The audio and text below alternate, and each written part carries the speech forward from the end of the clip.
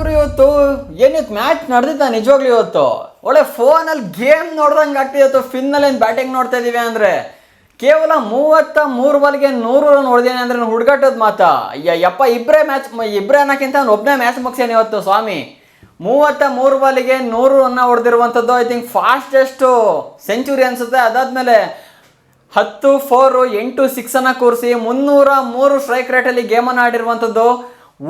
ಬೂಸ್ಟ್ ಧ್ವಂಸ ಗಿಂಸ ಬೆಂಕಿ ಬಿರುಗಾಳಿ ಎಲ್ಲ ಇವತ್ತು ಇವನು ಬ್ಯಾಟಿಂಗಿಗೆ ಸೇರಿಸಿ ಆಡಿರುವಂಥದ್ದು ಮಾತ್ರ ನೆಕ್ಸ್ಟ್ ಲೆವೆಲ್ ಅಂದ್ಕೊಳ್ಳಿ. ಮಾತ್ರ ನನ್ನ ಕನಸಲ್ಲೂ ಕೂಡ ನ್ಯೂಜಿಲೆಂಡ್ ಈ ಲೆವೆಲಲ್ಲಿ ಬ್ಯಾಟಿಂಗನ್ನು ಮಾಡಿ ಒಂದು ಸೈಡ್ನ ಮ್ಯಾಚ್ ಮಾಡಿಕೊಂಡು ಇಷ್ಟು ಈಸಿಯಾಗಿ ಹೊಡಿತಾರೆ ಅಂತ ರಾಣೆ ಅಂದ್ಕೊಂಡಿರಲಿಲ್ಲ ಮಾತ್ರ. ಯಪ್ಪ ಮ್ಯಾಚ್ ನೋಡ್ತಿದ್ದಂಗೆ ನಾನೇ ಒಂದ್ಸಲಿ ಫುಲ್ಲು ಕಂಗಾಲ್ ಆಗಿಬಿಟ್ಟೆ. ಇದೇನು ಗುರು ಇದು, ನಾವು ನಿಜವಾಗ್ಲೂ ಲೈವ್ ನೋಡ್ತಿದ್ದೀವ ಇಲ್ಲಾಂದರೆ ಗೇಮ್ ಆಡಿಸ್ತಾ ಇದ್ದಾರಾ ಅಂದರೆ ಫೋನಲ್ಲಿ ಗೇಮ್ ಆಡ್ಬೇಕಾದ್ರೆ ಬಾಲ್ ಟು ಬಾಲ್ 6 4 ಕೊಡ್ತಿರ್ತೀವಲ್ಲ ನಾವು, ಅದೇ ರೀತಿಯ ಫೀಲಿಂಗಲ್ಲಿ ಇವತ್ತು ಫಿಲ್ಮ್ನಲ್ಲೇ ನೋಡ್ದಿರುವಂಥದ್ದು. ನಿನ್ನೆ ವಿಡಿಯೋ ಮಾಡ್ಬೇಕಾದ್ರೆ ಕೂಡ ಹೇಳಿದ್ದೆ ನಾನು, ಅಂದರೆ ಯಾರು ಇವತ್ತಿನ ಮ್ಯಾಚಲ್ಲಿ ಅಂದರೆ ನ್ಯೂಜಿಲೆಂಡ್ ಮತ್ತು ಸೌತ್ ಆಫ್ರಿಕಾ ಮ್ಯಾಚಲ್ಲಿ ನ್ಯೂಜಿಲೆಂಡ್ ಕಡೆಯಿಂದ ಯಾರು ಜಾಸ್ತಿ ರನ್ ಹೊಡಿತಾರೆ ಮತ್ತು ಸೌತ್ ಆಫ್ರಿಕಾ ಕಡೆಯಿಂದ ಯಾರು ಜಾಸ್ತಿ ರನ್ ಹೊಡಿತಾರೆ ಅಂತ ಸುಮಾರು ಒಂದು 3 ಜನ ಕರೆಕ್ಟಾಗಿ ಆನ್ಸರ್ ಕೂಡ ಮಾಡಿದ್ರು.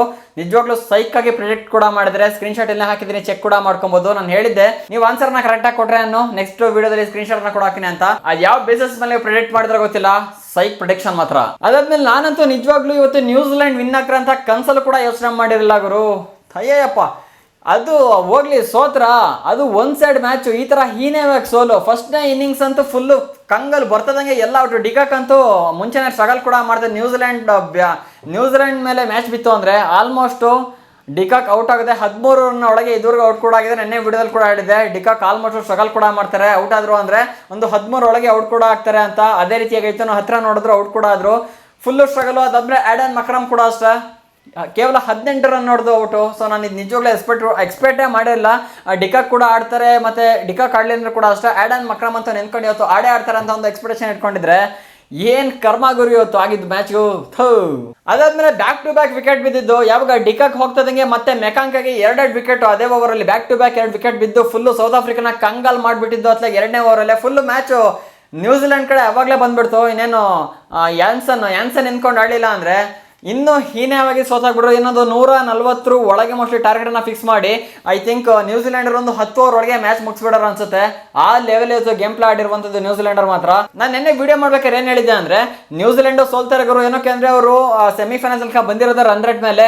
ಇನ್ನೇನು ಇವರು ಸೌತ್ ಆಫ್ರಿಕಾದವರು ಒಳ್ಳೆ ಸಖತ್ತಾಗಿರೋ ಫಾರ್ಮಲ್ಲಿ ಕೂಡ ಇದ್ದಾರೆ. 7ಕ್ಕೆ 7 ಮ್ಯಾಚನ್ನು ಕೂಡ ವಿನ್ ಆಗಿದ್ದಾರೆ. ಏನಕ್ಕೆ ಹಿಂಗೆ ಹೇಳಿದೆ ಅಂದರೆ ಅವ್ರು ನೋಡ್ಬೋದು ಸೂಪರ್ 8ಗೆ ಕ್ವಾಲಿಫೈ ಆಗಿಂತ ಮುಂಚೆನೂ ಕೂಡ 4ಕ್ಕೆ 4 ಮ್ಯಾಚನ್ನು ವಿನ್ ಕೂಡ ಆಗಿದ್ರು. ಅದಾದಮೇಲೆ ಕ್ವಾಲಿಫೈ ಆದ್ಮೇಲೆ ಕೂಡ ಅಷ್ಟೇ 3ಕ್ಕೆ 3 ಮ್ಯಾಚನ್ನು ವಿನ್ ಆಗಿ ಒಳ್ಳೆ ಫಾರ್ಮಲ್ಲಿ ಕೂಡ ಇದ್ರು.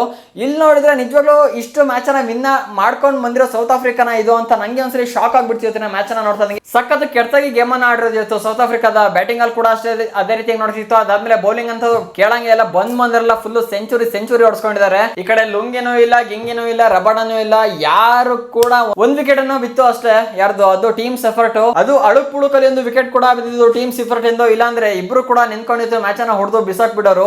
ಟೀಮ್ಸ್ ಎಫರ್ಟ್ ಇಂದು ಮಾತ್ರ ಇವತ್ತು ನೆಕ್ಸ್ಟ್ ಲೆವೆಲ್ ಬ್ಯಾಟಿಂಗ್ ಅನ್ಕೊಳ್ಳಿ. ಮಾತ್ರ ಆಲ್ಮೋಸ್ಟ್ ಇಬ್ಬರೇ ಮ್ಯಾಚ್ ಅನ್ನ ಮುಗಿಸ್ಬಿಟ್ಟಿದ್ದಾರೆ ಇವತ್ತು. ಇಲ್ಲಿ ಕೋಇನ್ಸಿಡೆನ್ಸ್ ನೋಡಿ, ಟೀಮ್ಸ್ ಎಫರ್ಟ್ ಕೂಡ ಅಷ್ಟೇ 33 ಬಾಲ್ಗೆ 58 ರನ್ ಕೂಡ ಹೊಡೆದಿದ್ದಾರೆ.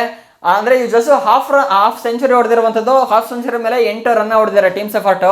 ಅದೇ ಫಿನ್ ಅಲ್ಲೇನಂತ ಇವತ್ತು ರನ್ ಮೆಷಿನ್ ಫುಲ್ ಅತ್ಲಾಗಿ. ಇವತ್ತು ಸೌತ್ ಆಫ್ರಿಕಾ ಬೌಲರ್ಸ್ ಯಾರು ಮುಖ ನೋಡ್ಕೊಂಡು ಎದ್ದು ಬಂದಿದ್ರೋ ಗೊತ್ತಿಲ್ಲ, ಹುಚ್ಚು ನಾಯಿ ಹೊಡೆದಂಗೆ ಹೊಡೆದಿರುವಂಥದ್ದು. 33 ಬಾಲ್ಗೆ 100 ರನ್ ಅಂದ್ರೆ ಹುಡುಗಾಟದ ಮಾತಾಗೋರು ಇವತ್ತು ಮಾತೇ ಇಲ್ಲ ಮಾತ್ರ. ಆ ಲೆವೆಲ್ ಅಲ್ಲಿ ಗೇಮ್ ಅನ್ನು ಆಡಿರುವಂಥದ್ದು. ಇವತ್ತು ಸೌತ್ ಆಫ್ರಿಕಾದ ಕಡೆಯಿಂದ ಇಬ್ರು ಪ್ಲೇಯರ್ಸ್ ನೆಟ್ಟಾಗಿ ನಿಂತ್ಕೊಂಡು ಆಡಿರೋದು. ಇವರು ಕೂಡ ಫ್ಲಾಪ್ ಆಗೋದಿದ್ರು ಅಂದ್ರೆ ಸೆಮಿಫೈನಲ್ಲಿ ಬಹಳ ಹೀನವಾಗಿ ಸೋತದ ಟೀಮ್ ಅಂತ ಒಂದು ರೆಕಾರ್ಡ್ ಕೂಡ ಆಗ್ಬಿಡೋದೇನೋ ನಂಗೆ ಗೊತ್ತಿಲ್ಲ. ಡೇವಿಡ್ ಬ್ರೂಸ್ 34 ರನ್ ಹೊಡೆದಿದ್ರ. ಅದಾದ್ಮೇಲೆ ಮಾರ್ಕೋ ಜಾನ್ಸನ್ ನಿಂತ್ಕೊಂಡು ಆಡಿದ್ಕೆ ಇವತ್ತು ಸೌತ್ ಆಫ್ರಿಕಾ ಸ್ವಲ್ಪ ಮಾನ ಮರ್ಯಾದೆ ಹೊಡೆದ್ಬಿಟ್ಟಿದೆ. ಇಲ್ಲಾಂದ್ರೆ ಅದು ಕೂಡ 3 ಕಾಸಿಗೆ ಹರಾಜಾಗ್ಬಿಟ್ಟು ಇವತ್ತು ಅವ್ರ ಊರಿಗೆ ಹೋಗ್ಬೇಕಾಗಿತ್ತು. ಮಾರ್ಕೋ ಜಾನ್ಸನ್ ಸ್ವಲ್ಪ ನಿಂತ್ಕೊಂಡು ಆಡಿದ್ಕೆ ಇವತ್ತು ಸೌತ್ ಆಫ್ರಿಕಾ ಬಚಾವ್ ಕೂಡ ಆಗಿದೆ. ಮತ್ತೆ ಅದು ನ್ಯೂಜಿಲೆಂಡ್ ಕಡೆಯಿಂದ ಸಾಲಿಡ್ ಆಗಿ ಬೌಲಿಂಗ್ ಅನ್ನ ಕೂಡ ಮಾಡಿದ್ರೆ ಜೇಮ್ಸ್ ನೇಷನ್ ಒಬ್ಬ ಅದು ಸಖತ್ತಾಗಿ ಹೊಡ್ಸ್ಕೊಂಡಿದ್ದಾನೆ. 3 ಓವರಲ್ಲಿ 42 ರನ್ ಹೊಡ್ಸ್ಕೊಂಡ್ರೆ 1 ವಿಕೆಟ್ ಅನ್ನ ಕೂಡ ತಗೊಂಡಿದ್ದಾನೆ. ಅದಾದ್ಮೇಲೆ ರವೀಂದ್ರಗೆ 2 ವಿಕೆಟ್, ಅದಾದ್ಮೇಲೆ ಮ್ಯಾಥ್ ಹೆನ್ರಿಗೆ 2 ವಿಕೆಟ್.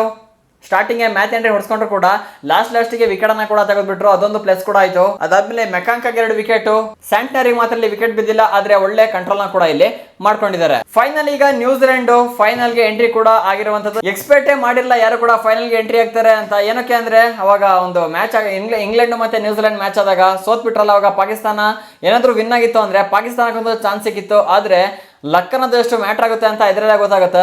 ಅವರು ಪಾಕಿಸ್ತಾನ ಮತ್ತೆ ಸೋದಿದ್ದಕ್ಕೆ ನ್ಯೂಜಿಲೆಂಡರು ಮತ್ತೆ ರೀ ಎಂಟರ್ ಆಗಿಬಿಟ್ರು. ಈಗ ಸೆಮಿಫೈನಲ್ ಕೂಡ ಬಂದು ಮತ್ತೆ ಇಲ್ಲಿ ಸೌತ್ ಆಫ್ರಿಕಾದ ಮೇಲೆ ವಿನ್ ಆಗಿ ಡೈರೆಕ್ಟ್ ಈಗ ಫೈನಲ್ಗೆ ಎಂಟ್ರಿ ಕೂಡ ಆಗಿರುವಂಥದ್ದು. ನೆಕ್ಸ್ಟ್ ಲೆವೆಲ್ ಪರ್ಫಾರ್ಮೆನ್ಸ್ ಬಿಡುಗರು ಮಾತ್ರ ನಾನು ನಿಜವಾಗ್ಲೂ ಎಕ್ಸ್ಪೆಕ್ಟ್ ಮಾಡಿರಲಿಲ್ಲ. ನ್ಯೂಜಿಲೆಂಡು ಗೇಮ್ನೇ ಚೇಂಜ್ ಮಾಡಿಬಿಟ್ರಿ ಇವತ್ತು ಮಾತ್ರ. ಫುಲ್ಲು ಒನ್ ಸೈಡ್ ಮ್ಯಾಚನ್ನು ಮಾಡಿಬಿಟ್ಟು ವಿನ್ ಆಗ್ತಾರೆ ಅಂದರೆ ಏನು ಹೇಳ್ಬೇಕು, ಕೇವಲ 12.3 ಓವರಲ್ಲಿ 12.5 ಓವರಲ್ಲಿ ಮ್ಯಾಚನ್ನು ಕೂಡ ಮುಗಿಸಿರುವಂಥದ್ದು. ಸಾಲಿಡ್ ಗೇಮ್ ಪ್ಲೇ ಮಾತ್ರ. ಇನ್ ಕೇಸ್ ಇವ್ರು ಏನಾದ್ರು ಬ್ಯಾಟಿಂಗ್ ಫಸ್ಟನ್ನು ಮಾಡಿದ್ರು ಅಂದರೆ ನನ್ನ ಪ್ರಕಾರ ಈಗೇನು 173 ರನ್ ಹೊಡೆದಿರ 12.5 ಓವರಿಗೆ, ನನ್ನ ಪ್ರಕಾರ ಏನೇನಾದ್ರು ಕೂಡ 250 ಕ್ರಾಸ್ ಮಾಡ್ತಿದ್ರು ಈ ಥರ ಬ್ಯಾಟಿಂಗ್ ಫಸ್ಟ್ ಇನ್ನಿಂಗ್ಸಲ್ಲಿ ಆಡಿದ್ರು ಅಂದರೆ ಆಗಲೂ ಕೂಡ ಸೌತ್ ಆಫ್ರಿಕಾ ಮನೆಗೆ ಹೋಗೋ ಪರಿಸ್ಥಿತಿ ಕೂಡ ಬಂದ್ಬಿಡೋದು. ಬಿಡಿ ಮಾತ್ರ ಒಂದು ಕ್ಲಾಪ್ ಹೊಡಿಲೇಬೇಕು ನ್ಯೂಜಿಲೆಂಡ್ ಟೀಮ್ ಮಾತ್ರ. ಬೇರೆ ಲೆವೆಲ್ ಬ್ಯಾಟಿಂಗು. ಇನ್ನು ಡೈರೆಕ್ಟಾಗಿ ಫೈನಲ್ ಕೂಡ ಹೋಗಿದೆ. ನಾನು ನಾಳೆ ವೆಸ್ಟ್ ಇಂಡೀಸ್ ಮತ್ತು ಇಂಡಿಯಾ ಮ್ಯಾಚ್ ಕೂಡ ಇರುವಂಥದ್ದು. ಅದಂತೂ ಉಲ್ಟಾ ಪಲ್ಟಾ ಆಗದೆ ಇರಲ್ಲಪ್ಪ. ನಾಳೆ ನಾನು ಇಂಡಿಯಾ ವಿನ್ ಆಗುತ್ತೆ ಅಂತ ಅಂದ್ಕೊಂಡಿದ್ದೀನಿ. ಅಂದರೆ ಇದೊಂದು ಹೈ ಸ್ಕೋರಿಂಗ್ ಮ್ಯಾಚ್ ಆಗುತ್ತೆ ಅನ್ನೋ ಎಕ್ಸ್ಪೆಕ್ಟೇಷನ್ ಇಟ್ಕೊಂಡಿದ್ದೀನಿ. ನೋಡಬೇಕು. ಇವತ್ತು ಮ್ಯಾಚ್ ನೋಡ್ಬಿಟ್ಟು ನಾನು ಈಗಲೇ ಕಂಗಾಲ್ ಆಗಿಬಿಟ್ಟಿದ್ದೀನಿ. ನಾಳೆ ಮತ್ತೆ ಏನಾದರೂ ಉಲ್ಟಾ ಪಲ್ಟಾ ಆಗಿಬಿಟ್ರೆ ಭಾಳ ಕಷ್ಟ. ಆ ಥರ ಆಗದೆ ಇರಲಿ. ನಾಳೆ ನಮ್ಮ ಇಂಡಿಯಾ ವಿನ್ ಆಯಿತು ಅಂದರೆ ಮತ್ತೆ ಅಲ್ಲಿ ಫೈನಲ್ಗೆ ಎಂಟ್ರಿ ಕೂಡ ಆಗುತ್ತೆ. ಅಲ್ಲಿ ಇಂಡಿಯಾ ಮತ್ತು ನ್ಯೂಜಿಲೆಂಡ್ ಮ್ಯಾಚ್ ಕೂಡ ಬೀಳುವಂಥದ್ದು. ಸೊ ಬಿಡಿ, ಇದನ್ನ ಈಗ ನೋಡಿ ಸುಧಾರಿಸ್ಕೊಳಕ್ಕಾಗ್ತಾ ಇಲ್ಲ. ನಿಮಗೆ ಏನೇನು ಅನಿಸ್ತು ಮ್ಯಾಚನ್ನು ನೋಡ್ಬಿಟ್ಟು ಅಂತ ಕಾಮೆಂಟಿಗೆ ಹಾಕಿ. ಇದೇ ರೀತಿ ಹೆಚ್ಚಿನ ಕಂಟೆಂಟ್ನ ಮುಂದೆ ಕೂಡ ನೋಡಬೇಕು ಅಂದರೆ ಈಗಲೇ ಚಾನಲ್ ಸಬ್ಸ್ಕ್ರೈಬ್ ಮಾಡ್ಕೊಳ್ಳಿ. ಸಿಗೋಣ ಇನ್ನೊಂದು ಫ್ರೆಶ್ ಕಂಟೆಂಟ್ನ ಜೊತೆಗೆ. ವಿಡಿಯೋ ನೋಡೋಕ್ಕೆ ಧನ್ಯವಾದಗಳು. ಜೈ ಹಿಂದ್, ಒಂದೇ ಮಾತರಂ.